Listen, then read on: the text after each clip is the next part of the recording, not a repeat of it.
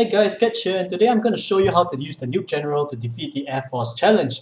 As usual, this is going to be played in hard difficulty, and now the Airforce Challenge has become something of a meme for me, because it's so easy to break this challenge or go for such a simple cheesy strategy, and I hope that will be amply demonstrated as we proceed in this video. Now just a little housekeeping before we get into the run proper. If you find that you like what you're watching, please go ahead and give this video a like. It's absolutely free and helps this channel out. Subscribe if you haven't already done so, and hit that bell icon so you get notified when I upload more like this. Every sub is going to help this channel out and is greatly appreciated. And with that, let's get into this run. General Dow versus General Granger. Sonic boom, baby. Let's do this thing.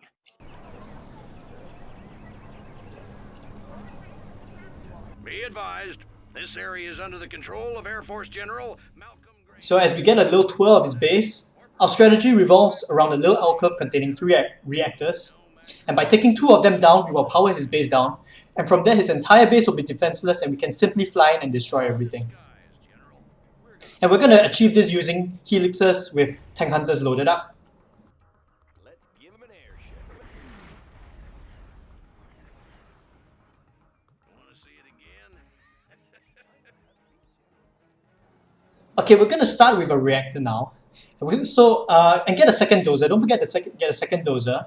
And we get that dozer to make 2 barracks. And when he's done, we're going to sell the command center to get a little extra cash and make space for the supply depot.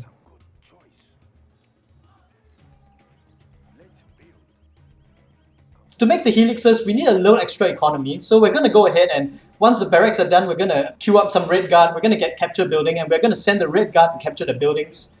And we'll also queue up some tank hunters while we're at it. Once the supply depot is done, get a second truck, because we're going to need that economy as quickly as possible. Don't worry about the $600, we'll make it back very quickly. We're also going to get that airfield as quickly as possible. Time isn't really on our side here, it's because we have to be well into our attack by the time he begins his attack. Don't worry, General. This is just the quiet before the storm. So now we're mostly just capturing the build. We're just moving the Great Guardian to capture the building. We're trying to get tank hunters in.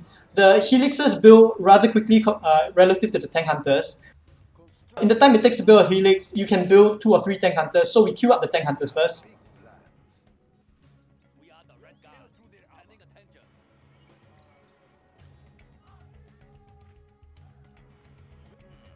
That's a lot of anti-air, General.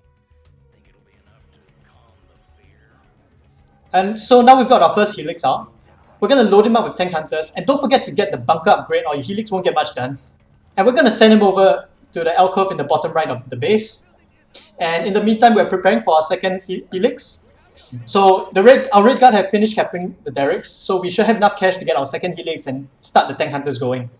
Before we get into the attack proper, one thing about this helix loaded up tank hunters is that you constantly have to target the buildings manually, because the tank hunters prefer to target the rangers that come out of the destroyed buildings. I personally control group the helixes and I coordinate their movement constantly, and I try my best to have them constantly target buildings. Another thing that you're going to see in a moment is sometimes the tank hunters don't fire at the airfields when you target them. Without going into it too deeply, the targeting logic is basically a little finicky that way, as your helixes somehow are in range of the airfields, but not your tank hunters. For me, it's a matter of simply figuring out good locations for your helix relative to the airfields when you shoot them down.